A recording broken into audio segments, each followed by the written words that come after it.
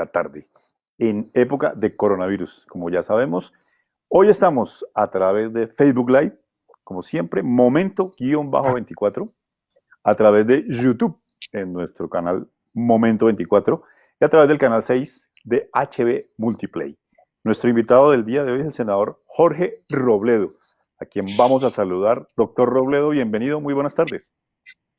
Mauricio, mil gracias por su hospitalidad, por su invitación. Un saludo a todos sus televidentes. Bueno, vamos a comenzar, doctor Robledo, con las cifras del día, las cifras del coronavirus, porque estamos en esta cuarentena, en esta pandemia, y las vamos a poner ya en pantalla, doctor Robledo, para que sea nuestro primer tema de conversación, los casos que se van conociendo. Hoy se conocieron, llegamos a la cifra de 2.054 casos. Ya pasamos la barrera de los 2.000, hay 54 muertes y se dice que 123 pacientes han sido recuperados. De esta cifra, casi que el 50% es de Bogotá. Hoy se confirmaron 274 casos nuevos del coronavirus aquí en Colombia. Esas son entonces las cifras del día. 2.054 casos a la fecha y 273 nuevos casos en Colombia. ¿Alguna reflexión le deja, doctor Robledo, esta cifra de infectados Sí, con la el coronavirus? reflexión sería esta, Mauricio. Esos números parecen pequeños, pero hay que tener en cuenta que eso crece en una proporción geométrica, crece muy rápido. Doy un ejemplo. Hay, digamos, 100 contagiados y esos 100 contagian, digamos, a 200, entonces ya son 300 los que están contagiados y esos 300 entonces contagian muchos más y eso crece a ritmos muy grandes.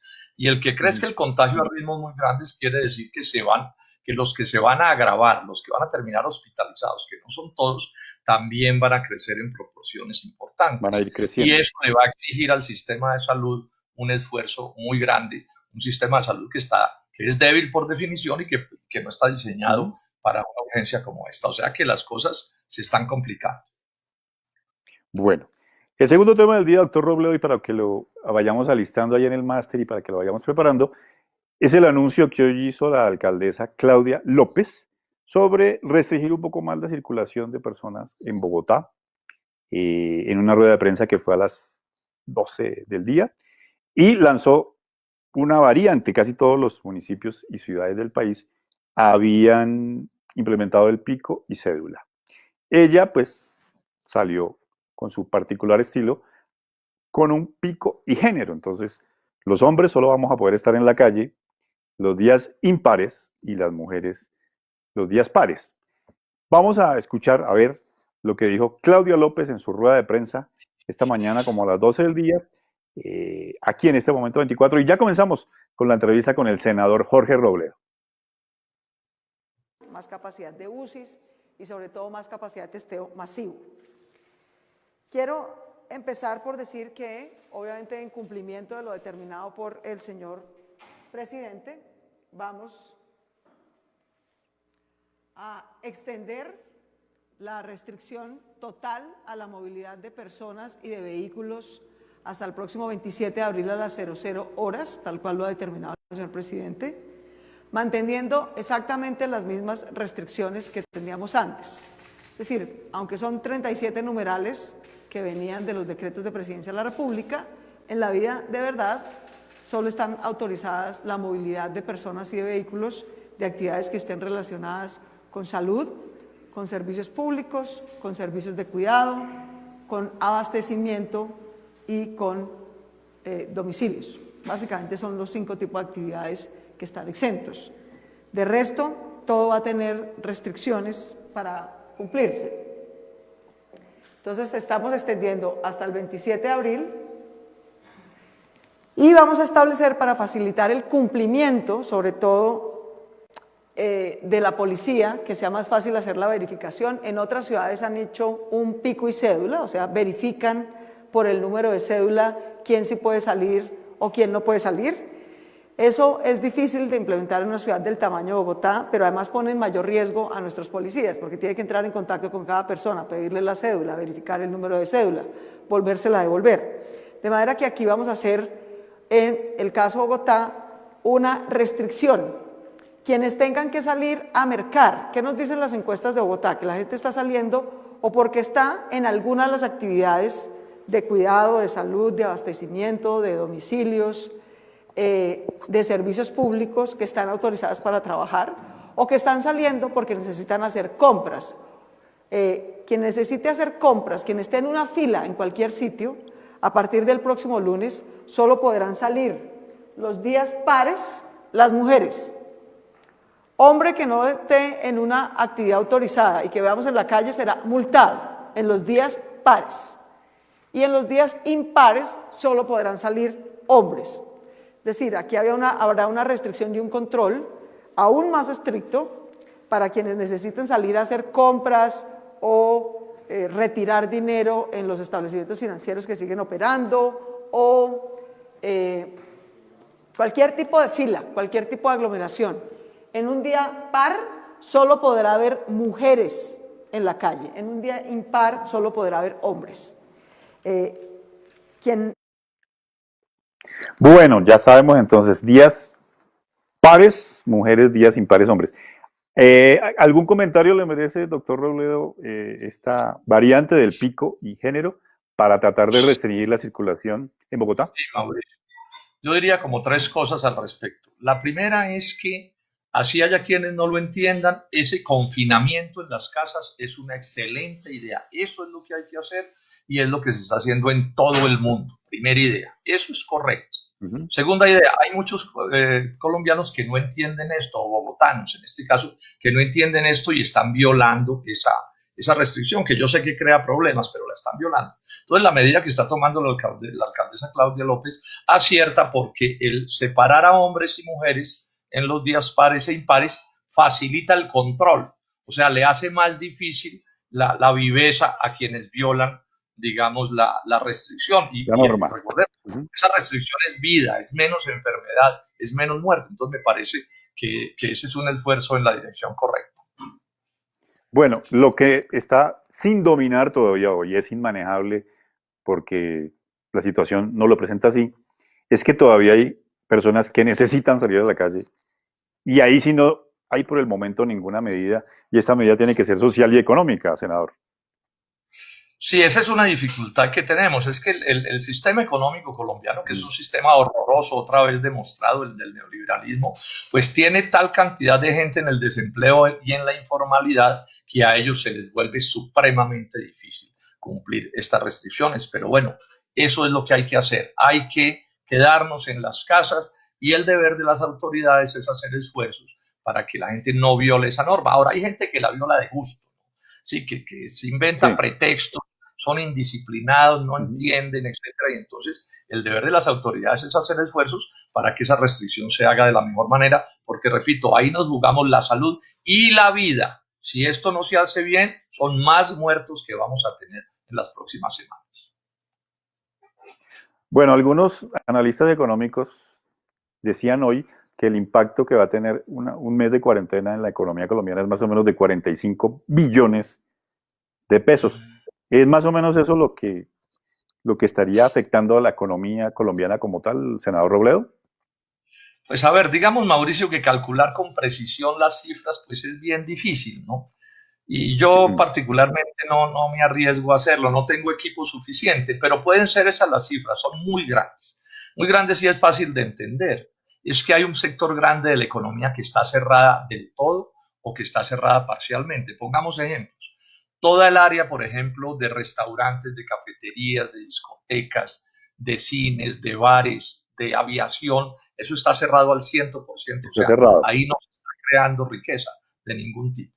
Hay otros sectores que están operando a medias, ¿sí? Por ejemplo, el sector de transporte, taxis y este tipo de cosas. Bueno, todo el sector de la informalidad está pagado, prácticamente todo está pagado. Y todo eso se convierte en desempleo, en incapacidad para generar riqueza, la industria de la construcción, por ejemplo, y eso vale una montaña de plata, y esa puede ser la cifra. Yo he mirado que esa es una cifra que se está manejando del orden de $500 millón de pesos por el lado de la economía, pero por el lado de la salud y de los muertos, eso también vale otro montón de plata, otro montón de plata. Son dos costos distintos que sumados son una suma inmensa. Bueno, Le voy a pedir su opinión sobre las medidas que ha tomado el gobierno, el presidente Iván Duque, para contrarrestar la pandemia del coronavirus. Las medidas que tienen que ver con lo económico y la forma como él ha intentado, con sus medidas, pues atender las necesidades primarias, sobre todo el sector salud en esta pandemia. ¿Cómo las ha visto? Pues a ver, digamos esto, van más de 30 decretos, o sea que mirar eso con algún detalle es importante. Entonces yo Es diría, imposible. como de manera gruesa, esto. Las transferencias al sector salud son insuficientes, no han llegado con la celeridad que deberían llegar. Se ha hablado mucho de eso, pero se han demorado en llegar. Es más, le están girando en buena medida a las EPS y resulta que la plata necesitamos es en las clínicas y en los hospitales privados y públicos, que son los que tienen que atender. Entonces, allí hay cosas que no están funcionando, digamos, como deberían funcionar. También hay muchos reclamos porque, para poner un ejemplo, no a los trabajadores que están siendo despedidos de las empresas no hay quien los proteja y los recursos que les están llegando a los más pobres son insuficientes, para no hablar de la situación de las clases medias. Pero probablemente el error más grave que está cometiendo el gobierno es que no está consiguiendo, Mauricio, la plata que hay que conseguir. Es que esto al final es un problema de Es de plata en plata. grande, es de Ajá, plata. sí. Si usted no dispone de una caja enorme, pues nunca le va a alcanzar el recurso. Bueno, también las empresas, particularmente las pequeñas y las medianas, que les dicen, no, es que les vamos a refinanciar los créditos, y cuando van a los bancos les dicen, no, no señor, aquí no se lo podemos refinanciar. O sea, ahí hay muchas fallas, pero yo insistiría en que si Duque no es capaz de conseguir más plata con distintos orígenes, pues siempre va a fallar la distribución, porque si yo necesito 100 y tengo 20, pues no me va a alcanzar para atender todas las necesidades. Ajá. Pero digamos que ahí de donde se habla de las reservas internales, se habla inclusive de volver a colocar el impuesto a la renta. Esas variantes, esos factores se pueden hacer a través de decretos y a través del manejo que el presidente puede tener en este momento, digamos, autónomo, porque está en una emergencia sanitaria y económica. A ver, digamos esto, dado que este es un país al que han destrozado en los últimos años, le han destrozado su industria, su agro, este es un país ya empobrecido desde antes, que tiene ingentes necesidades de recursos, y es probable que no se puedan conseguir todos los que se necesitarían, a diferencia de lo que puede suceder en países desarrollados. Pero es que yo además veo al presidente Duque y al ministro Carrasquilla, que son enfermos del neoliberalismo, en una actitud cicatera, mezquina, a no querer tocar el modelo económico, ¿cierto? A mantenerse lo que llaman los economistas en la ortodoxia. Entonces no hay cosa más difícil de hacer, Mauricio, que la que usted no quiere hacer, ¿cierto? Porque si ellos mismos se imponen una serie de cosas que no hacen. Por ejemplo, hay un cierto consenso en que ellos podrían conseguir una plata importante. Voy a mencionar en este momento un solo ejemplo, pero podemos mirar otros. Con créditos de emisión del Banco de la República. Hay mucha gente que sabe de esto diciendo, necesitamos plata de esa. Bien, Duque y Carrasquilla no mueven un dedo en esa dirección. Entonces ellos lo que quieren es resolver esto con tacañería, digamos, neoliberal, o sea, no haciendo lo que hay que hacer y así, sí. Digamos, ese es el error más grave que se pueda cometer. Usted mira hacia Estados Unidos, Europa, etcétera, y los estados la están metiendo toda, porque si usted no mete toda la plata que sea del caso, la que usted pueda meter además, pues la quiebra, el empobrecimiento va a ser más grande y la recuperación que habrá que montar después va a ser más difícil. Entre más profundo caigamos, más difícil va a ser salir después hacia adelante en un proceso que sin duda va a ser bien duro. Pero no es muy utópico pedir ahora un cambio en el modelo económico cuando, pues, sabemos cuál es la orientación del gobierno. ¿Cómo cambiarlo? O sea, y en este momento, ¿lo están haciendo? Sí, pues otros países lo están haciendo. Otros Pongo un países lo ejemplo. están haciendo. Por eso, entonces poderse sí se puede, que no quieran es otro problema. Pero, por ejemplo, en general en todos los países están haciendo créditos de emisión de los bancos centrales, llámese como se llame, Reserva Federal, Banco de la República, lo que sea, ¿cierto? El Banco de Inglaterra. Están tomando medidas en ese sentido. Pero aquí vemos empecinado al gobierno en autolimitarse y autorrestringirse, y ese, repito, es un error garrafal. Ahora, recordemos que estamos en manos del doctor Carrasquilla, que es un dogmático terrible. O sea, él es un encajonado, ¿no es cierto?, que para estos efectos no ve más allá de sus narices. Ese es, a mi juicio, el problema más grave que estamos teniendo con el gobierno nacional, porque, insisto, si no hay más recursos, pues no alcanza para las muchas bocas, las muchas necesidades que hay que atender. Y desde ese punto de vista, cualquier tipo de política social o asistencial es prácticamente pues un engaño o es iluso, ¿cierto? Que se puede hacer, digamos, una redistribución y atender las necesidades de las personas que no tienen empleo, que estaban en la informalidad, que han quedado cesantes. O sea, sería casi imposible. Lo que está diciendo cada noche a las 6 es, pues es casi imposible Sí, realizarlo, ¿no? se vuelve demagogia en buena medida, o, sí, o en buenas intenciones. Entonces uno se pone a mirar las cosas como están sucediendo. Mire, yo le voy a dar este dato. Entonces el gobierno nacional dijo que capitalizaba el fondo de garantías, que es una manera de respaldar créditos en lo fundamental Ajá. para las empresas, y habló de 70 billones en préstamos. Pero entonces de entrada dice, pero a los pequeños y medianas empresas solo van 20 billones. Entonces, cuando uno sabe que son miles o centenares de miles de pequeñas empresas, pues usted ya empieza a darse cuenta que esa suma no va a alcanzar. Puede que le alcance de pronto a las mayores, seguramente tampoco, pero a las menores no les va a alcanzar. Y si además las normas que les están definiendo a los bancos no son lo ágiles que deben ser para poder Ujú. lograr que esos recursos terminen llegándole al pequeño y al mediano empresario que sostiene una parte grande del empleo nacional, porque recordemos que producción es empleo, ¿sí? Pues Sí. entonces las cosas no pueden funcionar, no pueden funcionar como no están funcionando. Usted hace una encuesta entre los pequeños y medianos empresas, la COPI lo ha expresado con toda claridad, y lo que dicen es que las medidas no les están resolviendo las necesidades que tienen por resolver. Y si nos vamos y miramos la cosa de la plata a los más pobres, a los desempleados, nuevos desempleados, a la gente de la economía del rebusque, a la clase media, etcétera. En general, lo que todo el mundo dice es, bueno, aquí el presidente todas las noches sale y echa un cuento muy bonito, pero lo cierto es que a nosotros, o sea, a la En las gente, calles no se no ve nos la están plata. resolviendo los problemas. Así es. Sí, Mauricio. Bueno, vamos a ir teniendo también en cuenta a todos los seguidores de nuestro fanpage que ya están conectándose con nosotros. Liv Marín. Muy bien, senador, usted no descansa, lo veo muy activo en redes sociales, le dice Liv Marín, que está ahí con nosotros también. David Botero también le dice, adelante, senador Robledo. David Suárez, él hace una pregunta. Señor Robledo, ¿qué piensa usted acerca de lo que pasa en las cárceles? Una pregunta bastante importante en este momento. ¿Alguna opinión, senador Robledo, de lo que está pasando en las Terrible. cárceles del país? Si hay un sitio doloroso son las cárceles, porque es que lo Ajá. que establece todo el criterio es que no debemos estar amontonados, muy cerca unos de otros, y las cárceles son unos infiernos. Más que sitios de reeducación, son sitios como de tortura.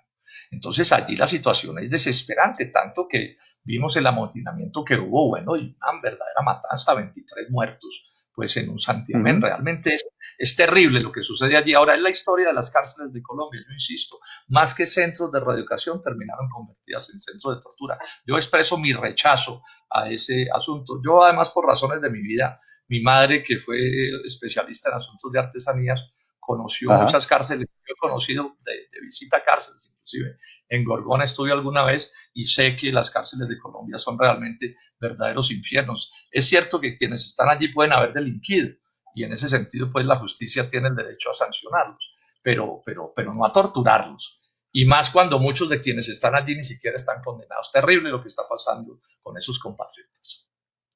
Bueno, otra pregunta económica también la hace Jonathan García Flores. Jonathan nos dice sobre el estrato 3. El estrato 3 está destruido y ahí hay mucho emprendedor y mucho microempresario quebrado y da el ejemplo pues de su negocio familiar. También terrible lo que está pasando en todos los estratos, pero en estos niveles donde se vivía de la independencia, de la autonomía a través de un emprendimiento y al suelo, se va todo al suelo. Sí, esa es una de las diferencias grandes de Colombia con los países desarrollados. Mientras que aquí los informales, sean informales al aire libre o porque sean trabajadores por cuenta propia, que en su propia casa tienen un taller, un pequeño comercio, son más del 50% de la población. Por ejemplo, en Alemania los trabajadores por cuenta propia son apenas el 6%.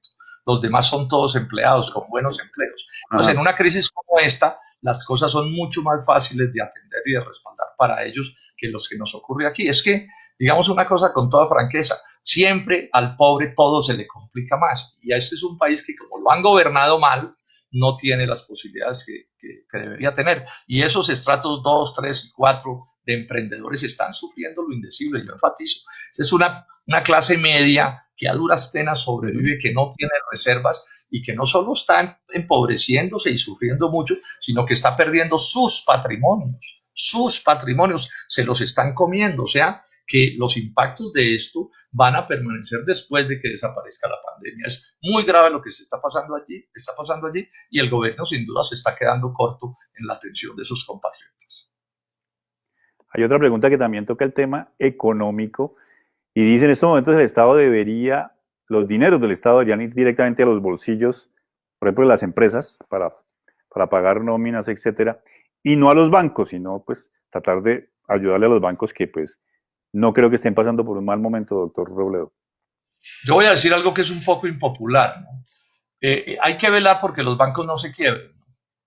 O sea, Ajá. todos tenemos muchas críticas para hacerle a los bancos, ustedes saben, mis grandes debates en torno a esos temas. Contra los bancos, exactamente. Tenemos una de las tasas de interés más caras del mundo, las utilidades de los bancos son astronómicamente altas en relación con el crecimiento de la economía, pero de todos modos hay una cosa que no se puede perder de vista, es que si los bancos se llegan a quebrar y a veces se quiebran, los problemas se complican y los cuentavientes, la gente que tiene sus ahorros en los bancos, termina pues también en una situación en que si va a sacar plata del banco no se la entrega. Entonces, ese es un asunto que pensada con cabeza fría hay que atenderlo. Mi reclamo es dónde está.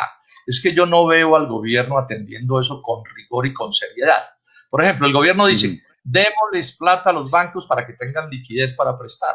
Miren lo que hicieron en Inglaterra, les prohibieron a los bancos repartir sus ganancias, las ganancias del año pasado, repartirlas este año y con eso le metieron a la economía 9.000 millones de dólares. A diferencia, en Colombia, la semana pasada, el Grupo Aval repartió utilidades por 1.3 billones de pesos. Entonces uno dice, bueno, ¿dónde está el doctor Carrasquilla actuando? O la plata grande que les transfirieron de las regiones, yo no veo que se las hayan condicionado de ninguna manera el Estado a decirles, bueno, les damos una plata, pero ustedes tienen que funcionar de esta y esta manera, pensando en los endeudados y en los nuevos créditos que hay que hacer.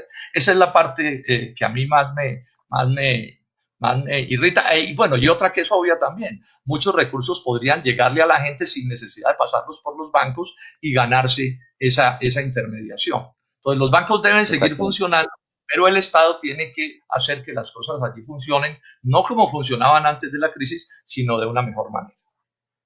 De una mejor manera. Bueno, un tema en el que usted está trabajando muchísimo y siempre ha trabajado, pues porque es de la mano de los agricultores y del sector productivo nacional, porque en eso pues usted es bastante nacionalista, es en el tema de la seguridad alimentaria. Usted hoy lanzaba a través de su Twitter en estos días una alarma, o sea, no es que estemos tan abastecidos y no es que exista una seguridad alimentaria en medio de la crisis. ¿Cómo la ve usted?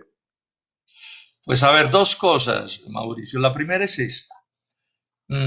Afortunadamente nos ha estado llegando comida a las tiendas y a las mesas, digámoslo así, ¿cierto? Pero eso no quiere decir que el agro no esté en problemas, sino esté resentido.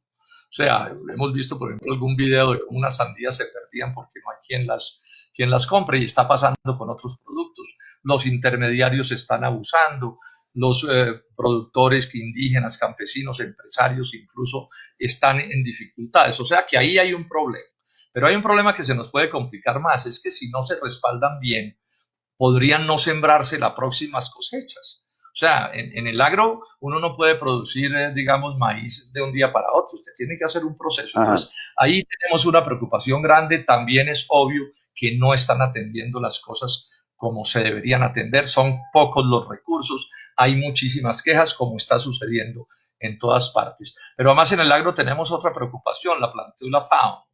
Una parte muy grande de nuestros alimentos nos llegan del exterior, una política equivocada que nos tiene importando 14 millones de toneladas de productos agrícolas, de alimentos. Y hay una preocupación si en esta crisis que es global se puedan interrumpir los flujos de alimentos. Eso sería un problema extremadamente grave. Y una tercera cosa, Mauricio, que lo vi en estos días, para que vean cómo el neoliberalismo no se ha acabado, no es verdad que esté muerto.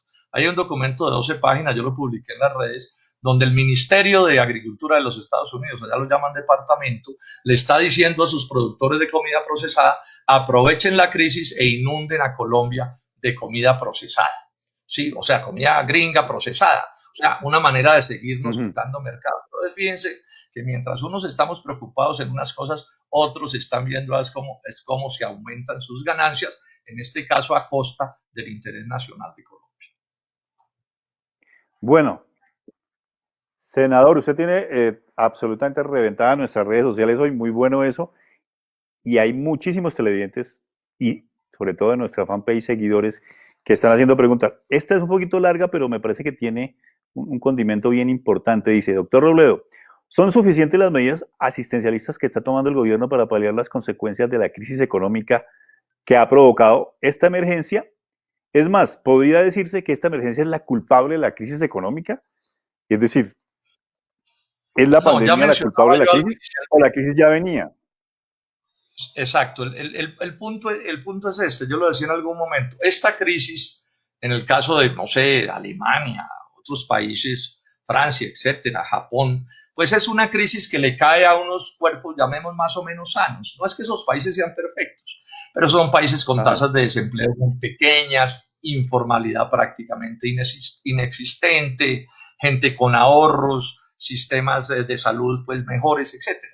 Aquí lo que sucede es que aquí no tenemos bien nada. El cuerpo económico y social de este país es un cuerpo económico y social enfermo, debilitado de muchas maneras, porque han mal gobernado a este país. Aquí a 3 o 4 les va de maravillas, pero todos los demás sufren lo indecible y la riqueza no se crea como se debería crear. Entonces aquí en buena medida lo que nos sucede es que es sal que le cae a la herida. O sea, este es un cuerpo sangrante, como el del Nazareno en estos días de Semana Santa, ¿cierto? Y entonces el coronavirus es como que le echaran sal y limón y todo Más a la tipo herida. de cosas urticantes a este país. Esa es nuestra tragedia. Y lo que hay para, digamos, medio suavizar ese dolor que nos cae encima, pues son recursos escasos, por definición escasos, pero además, repito, distribuidos con la lógica neoliberal del doctor Duque y el doctor Carrasquilla, que no hacen lo que se podría hacer para hacer menos graves las cosas que ya están pasando. Ahora, que hay que hacer asistencialismo, toca, también hay que decirlo con claridad. O sea, al que se está muriendo de hambre, pues claro, lo mejor es conseguirle un empleo, pero de urgencia también hay que darle algo que llevarse a la boca, como cuando se incendia una casa, hay que bregar a apagar el incendio, así sea pues con agua de un balde o con lo que sea. Bueno, eso en cuanto al tema económico. Una pregunta de tipo más político y es saber cómo le ha parecido a usted el manejo que le ha dado la alcaldesa Claudia López al tema de Bogotá, un tema que sobre todo socialmente es muy, pero muy delicado por todos los factores sociales de la que se nutre la realidad bogotana, los migrantes, los trabajadores independientes, los trabajadores del rebusque, los habitantes de calle, etcétera, etcétera. ¿Usted cree que ya le ha alcanzado en su manejo para cubrir todo este panorama o que hay algunas fallas o huecos? Yo creo que lo ha hecho fundamentalmente bien, fundamentalmente bien, por varias razones. Bueno, la primera yo creo que ha acertado en las medidas, que es lo principal. Ha acertado en las medidas. Por ejemplo, ella vivió antes que el presidente Duque la urgencia del confinamiento.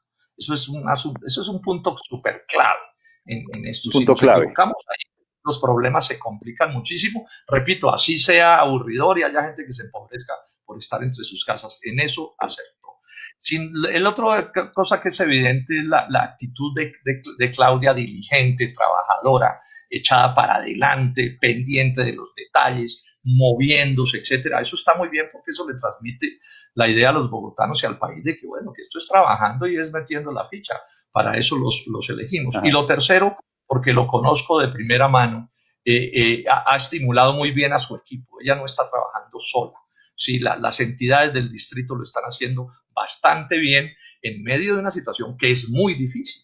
Porque claro, hay ciudades más pobres que Bogotá, pero los problemas de Bogotá son inmensos. Son más graves. Y está Son más graves. muy acertado para hacer las cosas. Ahora, hay quienes en una actitud sectaria, dogmática, de esos que les gusta promover las peleas de los perros y los gatos, entonces pues se han dedicado a ver pues qué cuentos sacan contra Claudia, pero esa sí es politiquería barata, no es así como se debe actuar en este momento. Si ustedes notan, incluso a pesar de que yo soy una oposición a Iván Duque, y señalo cosas que se están haciendo mal, pues bueno, acierta ayer en la decisión de prorrogar el confinamiento. Claro. Yo ahí mismo saco un trino y digo, eso es un acierto, así es como hay que actuar. Exactamente. Tenemos que, o sea, el sectarismo político y el dogmatismo es dañino siempre, pero en este momento es veneno para lo que necesitamos Mucho los más. colombianos. Yo llamo cordialmente a los enemigos, a quienes odian a Claudia López, a que se moderen y a que se tranquilicen, que las próximas elecciones todavía faltan un par de años para llegar.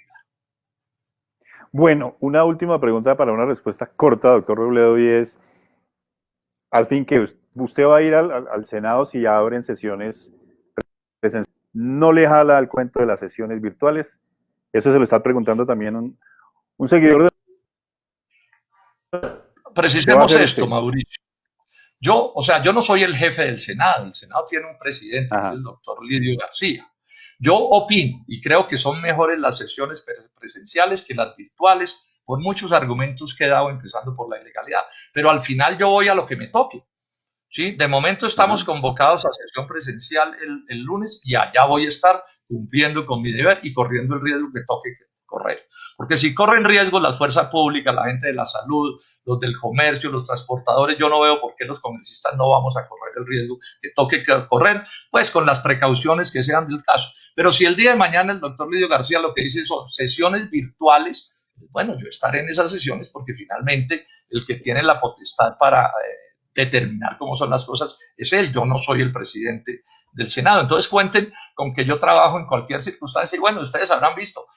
Creo que no había trabajado más duro que lo que he trabajado en estos 15 días, la verdad sea dicha, y mi equipo está a todo full, haciendo esfuerzos, porque es que a uno no le pagan en el Congreso solo para aprobar leyes, ni para ir allá a calentar pupitre. No, hay mil maneras de trabajo como esta que estamos haciendo.